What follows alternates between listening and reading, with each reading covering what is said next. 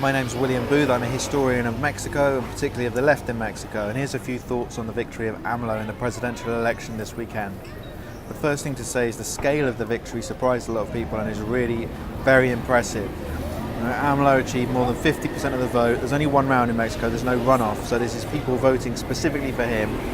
More than 50% of the vote and more than 12% ahead of the next two candidates combined. So this is a huge mandate for change, for radical change, as he's promised in Mexico.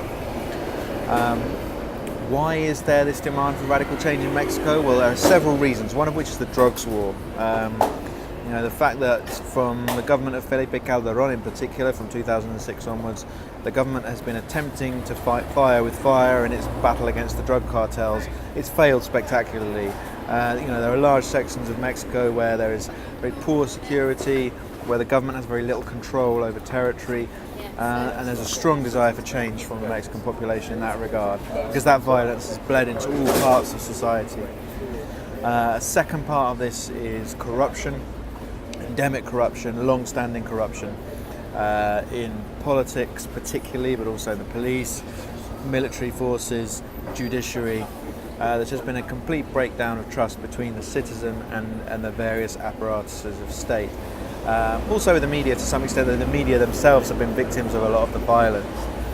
And I suppose the most emblematic incident or process around this was the disappearance of 43 students at the Ayotzinapa Rural Teachers School in Iguala in Guerrero in 2014.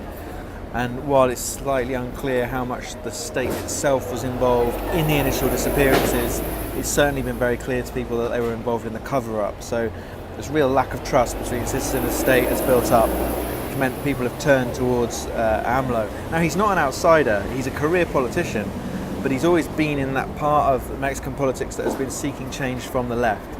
The left split from the PRI, the 1988 stolen election. A lot of people saying that this election is really a bookend to the 1988 election. It just took 30 years for the left to actually achieve victory.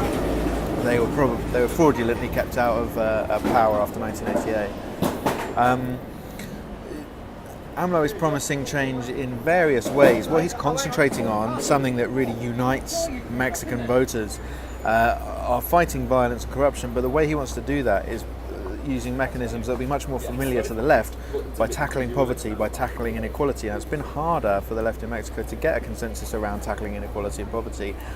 But the situation is so bad with regards to corruption and violence that people have said, let's give AMLO a go, let's vote for Morena, for the coalition that Morena is part of. Now there are elements of that coalition that have worried some people on the left.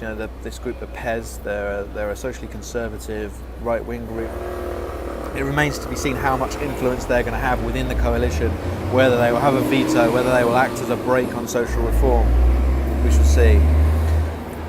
Briefly on some of the ludicrous comparisons we get between AMLO and other politicians. You see people comparing him with Trump, which is absurd. You see people saying he's going to be the next Chavez, he's going to be the next Castro, he's going to turn Mexico into Venezuela or Cuba. I mean, it does no favours to anybody to make that comparison. These countries all have their own specific history, their own specific geopolitical relations, their own socio-economic structures. You only need to look at Mexico, really, to see why AMLO has captured the hope of the nation, really. And I just hope the peaceful change that Mexicans have voted for can be enacted.